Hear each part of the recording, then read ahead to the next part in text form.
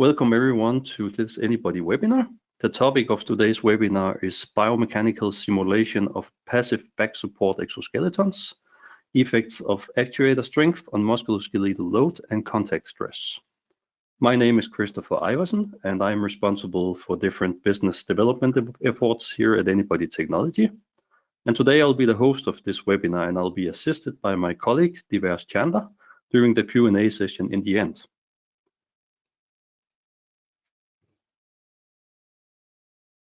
And in the Anybody webcast series, we host a variety of presenters who have used the Anybody modeling system in different applications. In today's webcast, I'm very pleased to introduce our speakers, Jay Kim, who is an associate professor from Texas A&M University, and PhD candidate Mina Salehi from Oregon State University. And Professor Kim and Mina will present their insights on how exoskeletons can be integrated into digital human models and how the Anybody modeling system can be used to systematically evaluate the effects of various exoskeleton support levels for biomechanical load and contact stress in occupational tasks.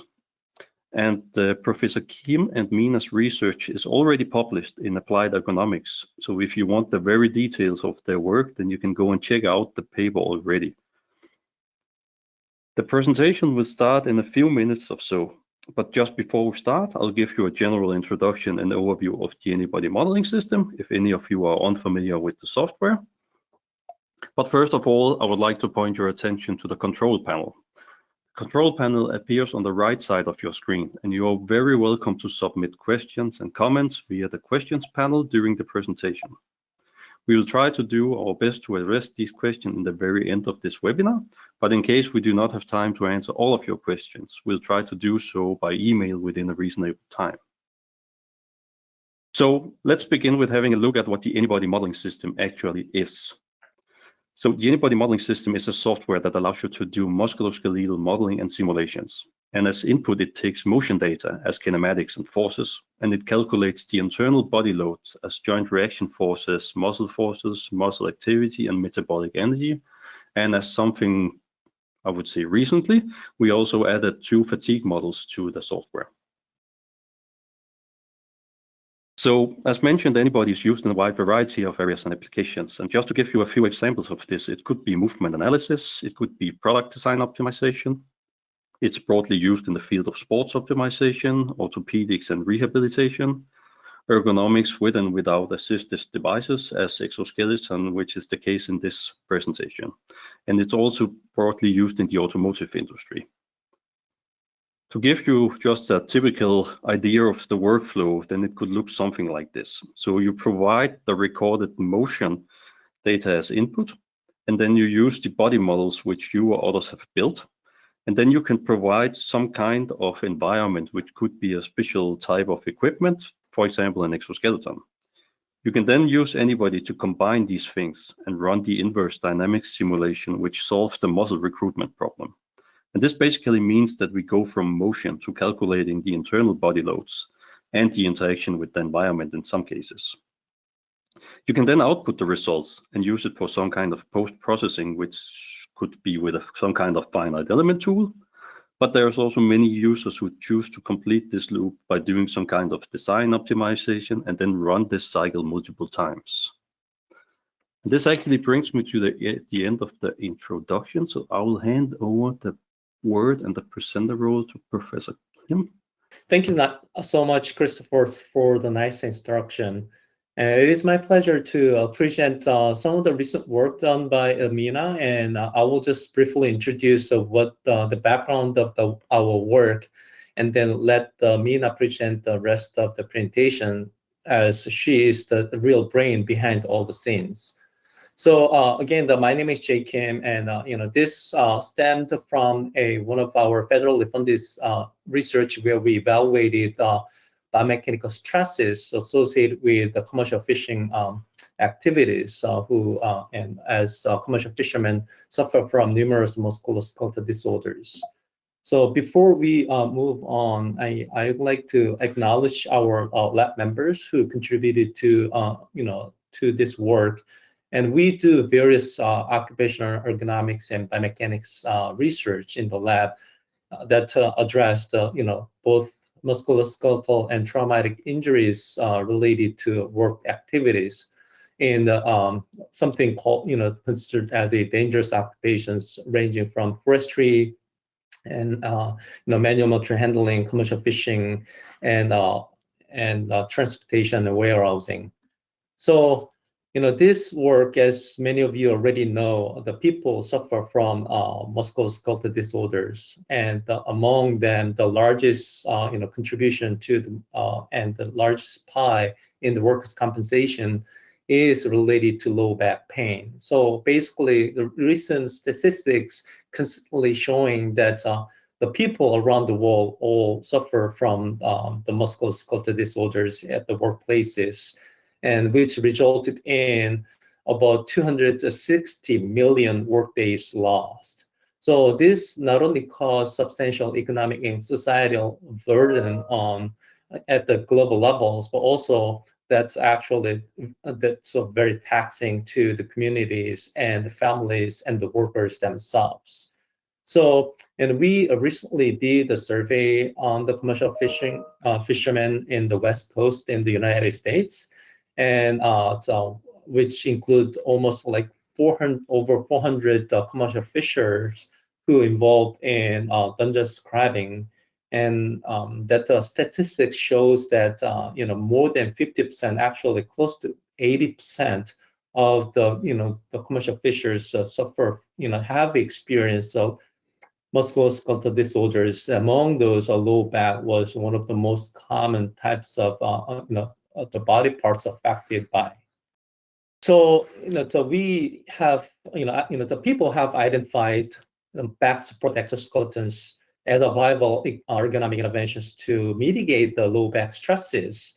And this has been documented extensively in the literature, ranging from the lab-based studies to all the way to the field-based studies. And these studies have consistently documented some of the potential benefit of having the back support exoskeletons to alleviate the back load, so that it could reduce the workload, the low back injury risks. And some of those documented the potential benefit of having the exoskeleton at workplaces include, reduced muscle activities and biomechanical spinal loads, as well as reduce the metabolic efforts, as well as specific surgeon discomfort in the back regions.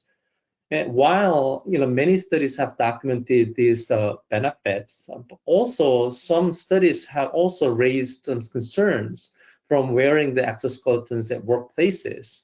And some studies documented that exoskeleton use can restrict the mobilities and compromise their gaits and posture stability. And also, having those supportive torque to help those agonist muscles could actually increase antagonist muscle activities, and also potential load transfer from one body part to the others. And some studies also documented some localized discomfort mainly from the contact points where the exoskeleton shoulder straps or the interfaces, the parts that touch human body. So based upon these existing knowledge, we could actually evaluate various aspects of the exoskeletons. And this particular study that the Mina did focused on the supportive torque.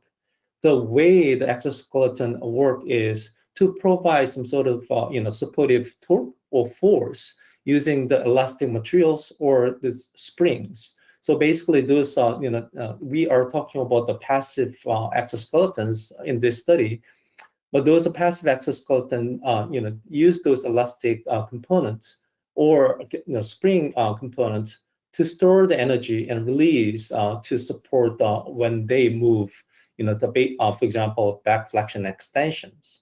And these supportive force or torque actually directly affect the potential benefits and side effects, which Mina will talk about later on.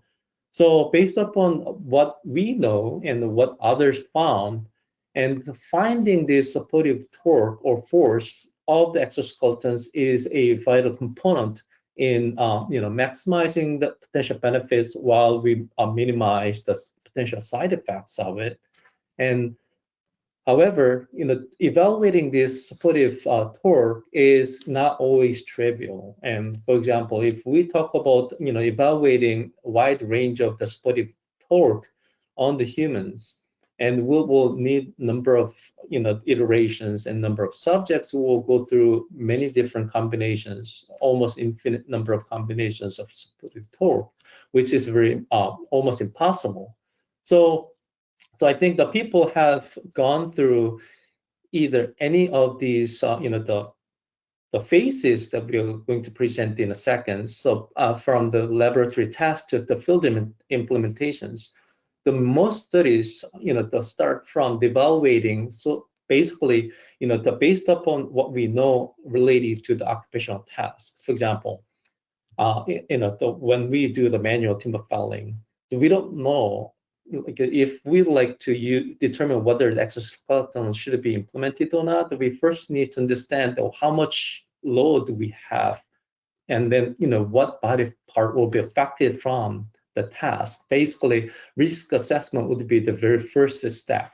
So we could evaluate this using various bioinstrumentations to quantify external load and the low back, including those torques and muscular load using electromyography and other things. So once we know those, and we could actually run some biomechanical simulation, for example, using the antibody to potentially, evaluating the loading effects of exoskeletons, and that we can evaluate those various torque levels without exposing the people to the physical hazards. And then, if we identify we could narrow down those range of the torques levels, and we could pick maybe anywhere between a couple to several torque levels to evaluate this in the lab-based settings to determine, whether there are better or optimal range of the torques that should be suitable for this specific task. And we can do this feedback loops to evaluate by going back and forth between biomechanical simulations and empirical experiments, and to further fine-tune and optimize the level of torques that exoskeletons would provide. And then we could, based upon the findings, we can move on to field studies with more realistic conditions to confirm what we found from the lab-based settings. And then using the findings, we can go back all the way to either biomechanical simulations or human-in-loop experiments to fine-tune what we find and confirmed, and to come up with the optimal settings and optimal design of that exoskeleton. I shouldn't say optimal, but it's better. So using that, we could actually implement, if we find that this exoskeleton is viable and indeed effective in the field settings, then we could actually implement in the field settings to evaluate the longer term effects. So based on what we know in the what's published, and all the studies may fall in either or combination of these, the framework presented in the slide, and particularly in this talk, and Mina focused on this biomechanical simulation that the Mina will talk about in the next, and I will turn this over to the Mina. Okay, let me start by introducing this case study that we did. The data that we used in this study are from a larger project looking at different ergonomic interventions to help reduce the physical workload among commercial fishermen. And as you may know, most of the tasks in this occupation are physically demanding and performed in very tough and unpredictable working conditions. In this study, we focused on crab sorting tasks, a repetitive activity where fishers continuously bend forward to sort crab by gender and size, because working in forward bend postures puts a high biomechanical load on the low back. This task can be a good candidate where a back support exoskeleton may be helpful in supporting the upper body and trunk weight while bending. So we had 20 male participants who performed simulated crab sorting tasks in the laboratory And we collected full body motion data using an 8-camera optical motion capture system. Before we go to the specific methods that we use in this study, I'd like to briefly walk you through different strategies for kinematic or kinetic connections of exoskeletons to musculoskeletal models and specific considerations related to each approach. Let's start by looking at kinematic analysis with an exoskeleton in the system. There are three main ways to solve this problem, and the answer to this question, that which method should be used, really depends on what kind of movement data we actually have available and the specific objectives of our analysis. On the left, you can see a situation where only human movement data was collected. This is typical in the early evaluation phases where we haven't really started testing exoskeletons with human subjects and are mostly looking for the potential effects of a variety of devices. In that case, baseline human motion data can be used to drive a virtual exoskeleton model. We attach the exoskeleton segments to the human at the specific connection points. For example, exotypes can be attached to the femur bone using some sort of kinematic constraint. In this case, all degrees of freedom that exoskeleton adds to the system must be constrained with either joints or kinematic drivers. If the number of constraints equal the exoskeleton degrees of freedom, the system is determinate and is usually implemented with hard constraints. Sometimes we may want to add even more constraints, which is possible, but we need to then set them as soft and solve the problem as a over-determinate system through optimization. The other two cases are where participants actually use the exoskeleton during the experiment. In the middle one, the exoskeleton didn't cover the anatomical landmarks too much, so we could still put our desired marker set on the human and additional markers on the exoskeleton to capture its movement. In this case, the human and exoskeleton could be driven by their own markers, and there is no need to define any kinematic connection between the two models. A great advantage of this approach is that it will be possible to then measure the relative motion between the human and exoskeleton, which is also called misalignment, to see how it may impact the exoskeleton efficiency. However, in practice, most of the time, exoskeletons cover some part of the body and don't allow us to attach markers to a specific anatomical landmark. For example, in the picture on the right side, you can see that the markers around pelvis had to be placed on the exoskeleton belt and hip joint. Here, we can't treat the two systems independently, and movement data for some human limb may be missing. So in this case, we need to use a combination of marker drivers and kinetic constraints together. These constraints, again, can be defined as hard or soft depending on how much relative motion we want to allow in our simulation.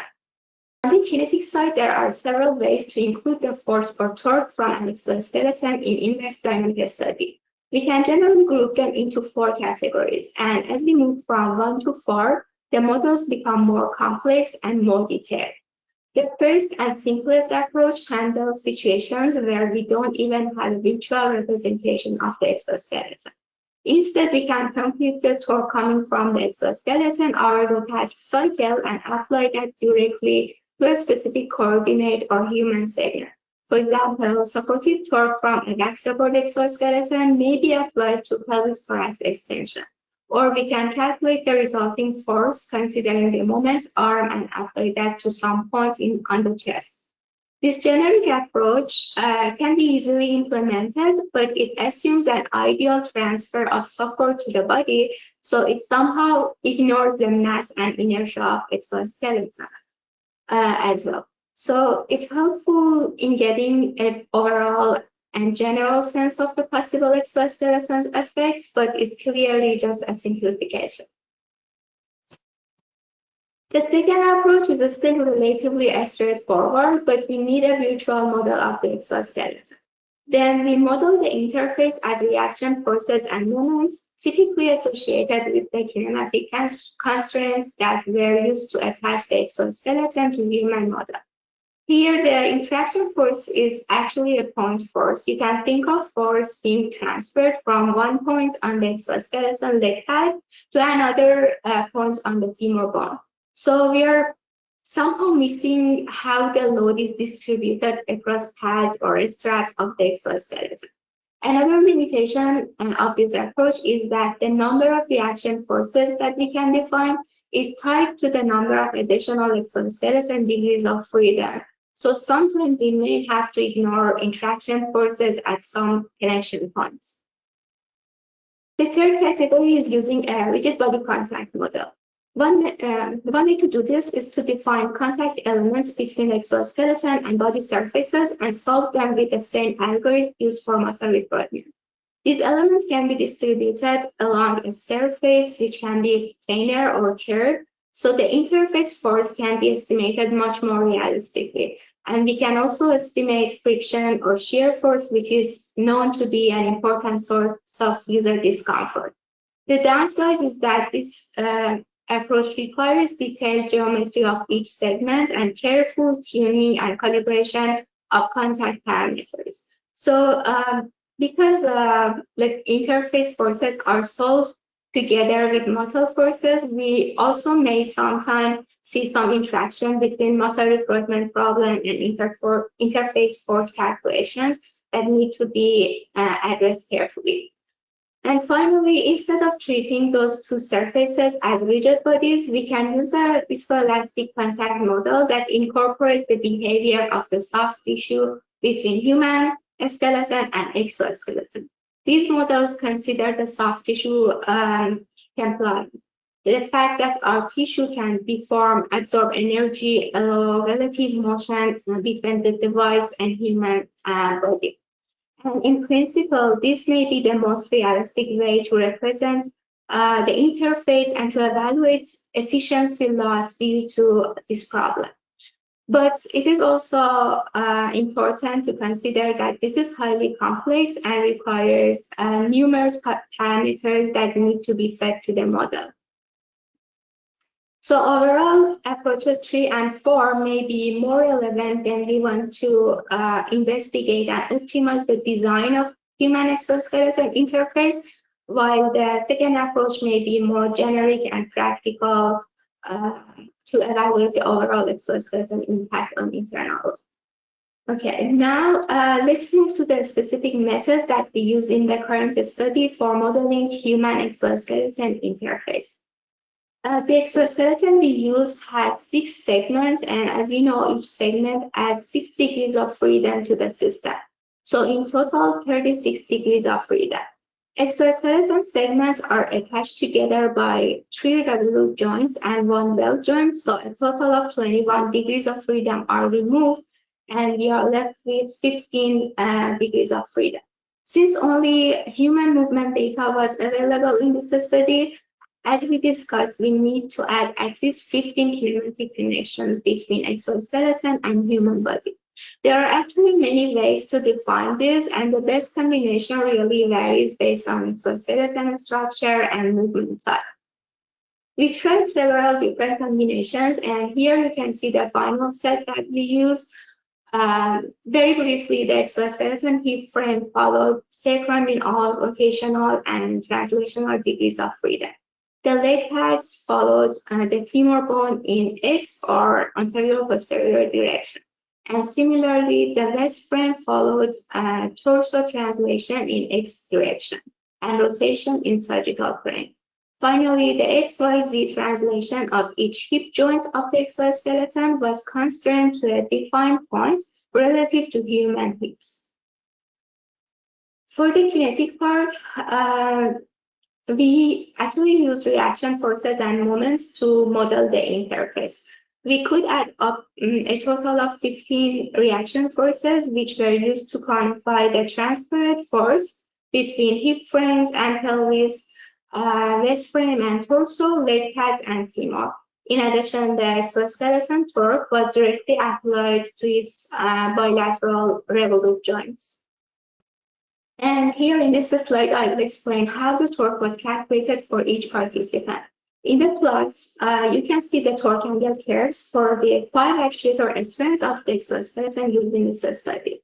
We applied the two-dimensional interpolation function to each curve to estimate the exoskeleton supportive torque continuously throughout the dynamic task for each support level. The function was implemented in MATLAB using two input variables, the bending angle and the direction of angular velocity. As you can see, the exoskeleton torque differs between flexion and extension, so the sign of angular velocity was used to determine flexion-extension phases of movement. Finally, estimated supportive torque were exported as time series for each participant and trial and imported into anybody during inverse dynamic study.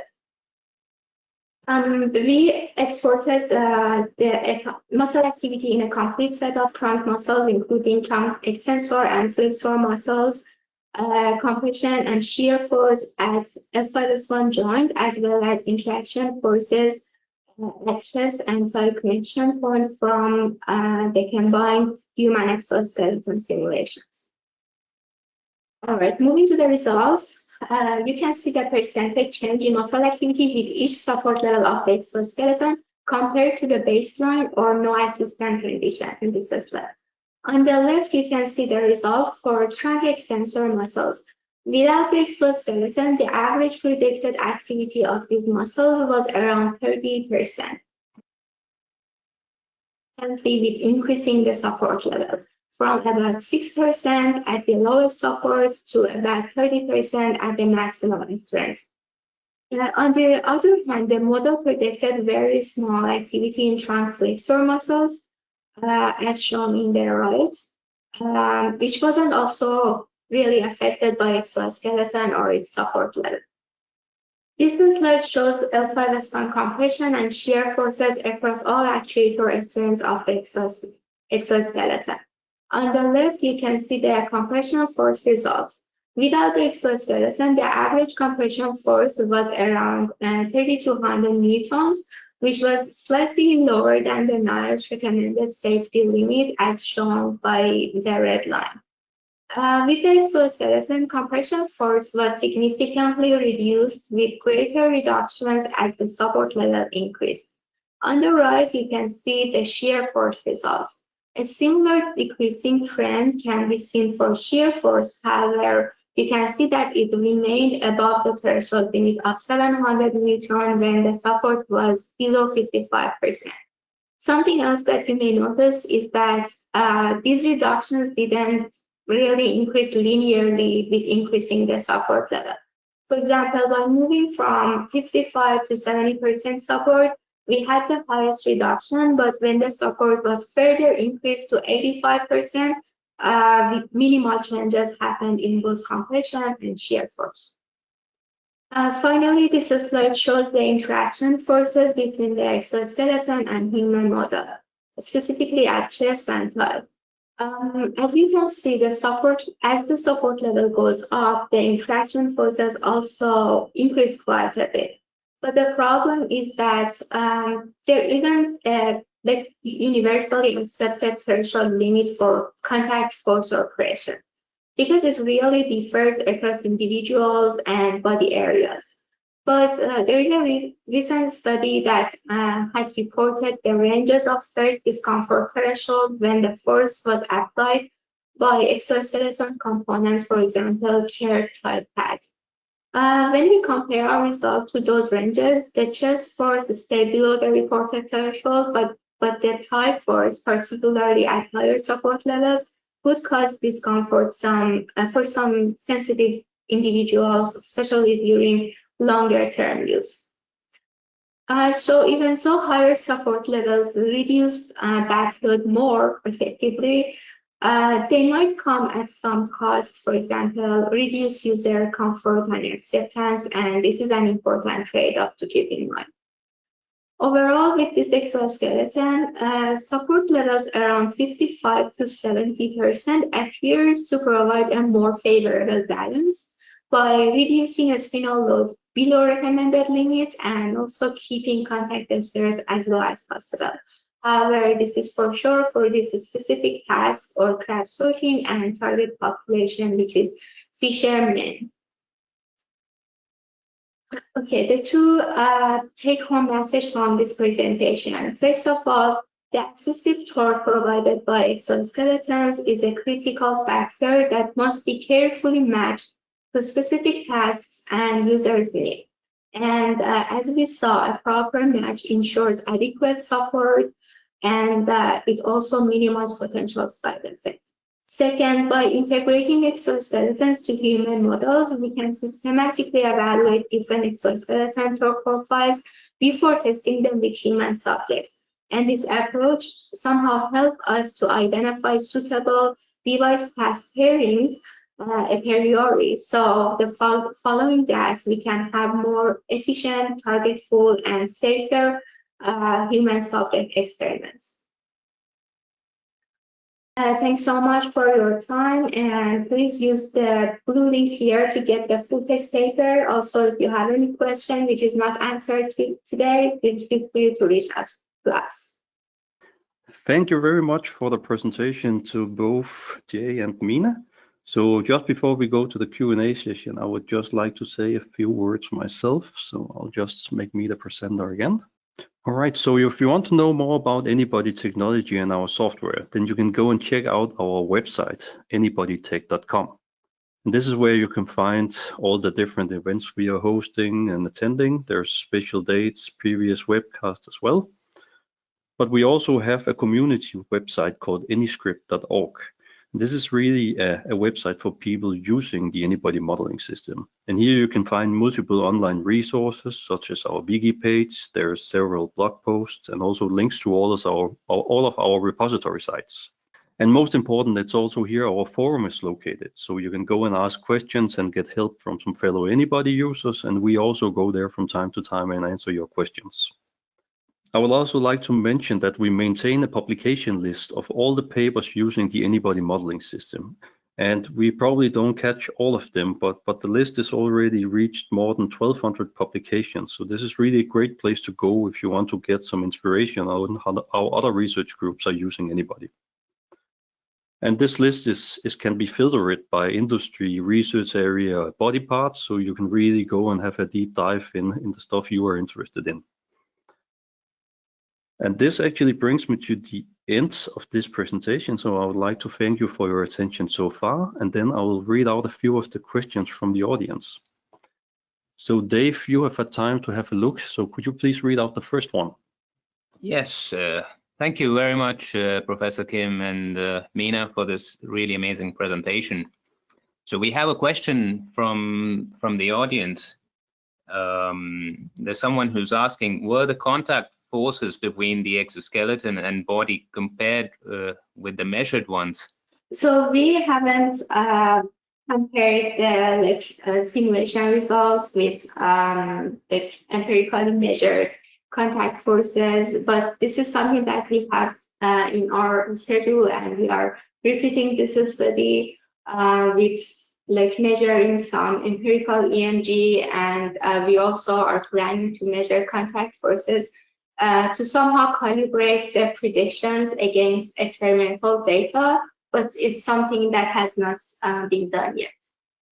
Yeah, that sounds great. I think we have some more questions from the audience. There's someone who's asking about did you add the mass of the exoskeleton to the model, and how about the weight of the crabs? How did you take care of that? Sure. So yes, we actually incorporated the exoskeleton mass to the model, and this exoskeleton weight is around 4 kilograms. And when we actually import each segment of the exoskeleton to the model, they have their own mass and inertial properties, and they are added to different segments of the human body. So their weight is somehow considered during the inverse dynamic and affect the calculated forces. In regarding the crab weight, we actually didn't like add the crab weight to the hands, and I totally agree that this is an important consideration when we to like somehow incorporate hand forces when we are looking at spinal loads. But we didn't do that because first of all, the crab weight is pretty small, like something around 500 gram. And also because this was a very dynamic task, it was pretty challenging to determine at each time step if the crab was in their participant hand or not, because they frequently grab the crab and then just threw it in the basket. So that's why we didn't add that to the model, but I think overall its effect on spinal load would be minimal. Thank you very much for the answer. So I have another one. So I also assigned it to you, Mina. I think you were the right one for this one as well. So there is no standard marker protocol for exoskeletons. So how did you decide on where to place the markers on the exoskeleton to have accurate motion capture? As I explained, for this specific study, we used only movement data collected from like human during the experiments, and then that was used to somehow drive the exoskeleton as well. But I had some example pictures from our study where we put markers on some part of the exoskeleton.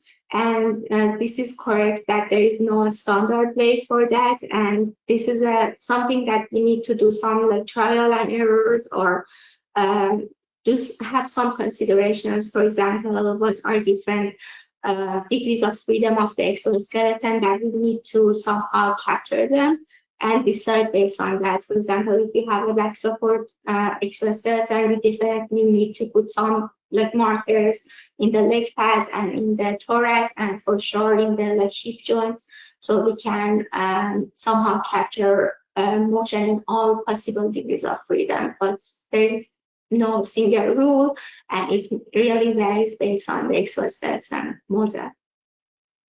Thank you very much.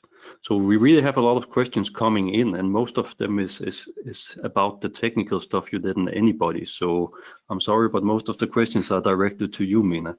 But Dave, can you take the next one? Yeah, so we have a lot of users with interest in understanding about the soft tissue. So have you, in this model, have you included passive tissues? And if you have, do you have something to say about how did you calibrate their stiffness and damping, and something about the accuracy of the results? If you are asking about the soft tissue of our like the effect of soft tissue on the exoskeleton interface, like as I mentioned, this is not the approach that we use. Like we didn't model the soft tissue deformation during the modeling, but I felt like it's also asking about if we considered like passive tissues of the body, including ligaments, and if that's the question, that's something that we didn't include in this specific study, because in some like trials, we had some weird results for that force, which might be due to the like interaction of the exoskeleton torque and how the active tissue provide the force. So we didn't include the ligaments in the analysis. Yeah, thank you very much for the answer. So yeah, I think we have a lot of incoming questions. At some point we'll have to also stop. So, but we'll try to take maybe one or two more, and then the rest we will answer later. So one question again for you, Mina. Have you considered the loss of transmission from the exoskeleton to the point of interest? So I suppose this is more along the lines of there's some losses. So you've estimated some assistive torque, and maybe there are some losses because of yeah, the efficiency of this interface and so on. So did you model that? I think if we go back to that slide that I had for different approaches of modeling the interface, efficiency loss is more considered in approach 3 and 4 when we have more something like a more detailed interface between exoskeleton and human body. But in this specific approach that we use, I think somehow the force, the supportive torque is applied to the exoskeleton revolute joints, and before it reaches to that contact point in the body, some not energy loss, but some transformation in the force may happen because the exoskeleton has another revolute joint before it's attached to the chest. So somehow the energy is not like a simple calculation of the force in the exoskeleton revolute joint and then just applying that force to the chest. I think something in the exoskeleton system, there will be some force transformation before it reaches to the chest.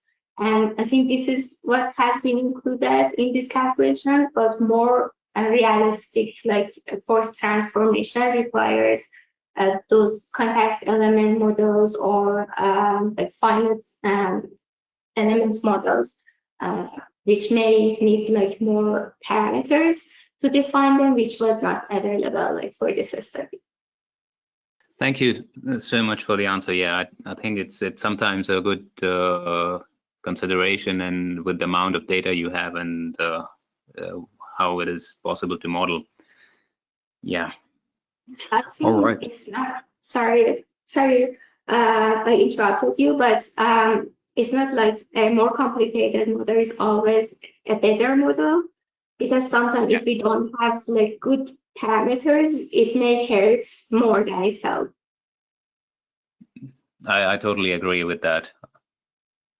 Yeah, so I think we have one more question. I'll let Christopher ask the question. Yes, we have one more question, and I think this will be for you, Professor Kim, because this is more seeing it in a broader picture. So how would your results be generalizable across different demographic groups, particularly with respect to gender variation? So do you have any thoughts about this already? Yeah, so I think that's a great question, and also we presented this the framework not specifically for any particular demographics or particular the occupational tasks. So basically, because we could incorporate different anthropometry related to genders, races, and different anthropometry characteristics, as well as we could modify, adapt this to different tasks and occupation.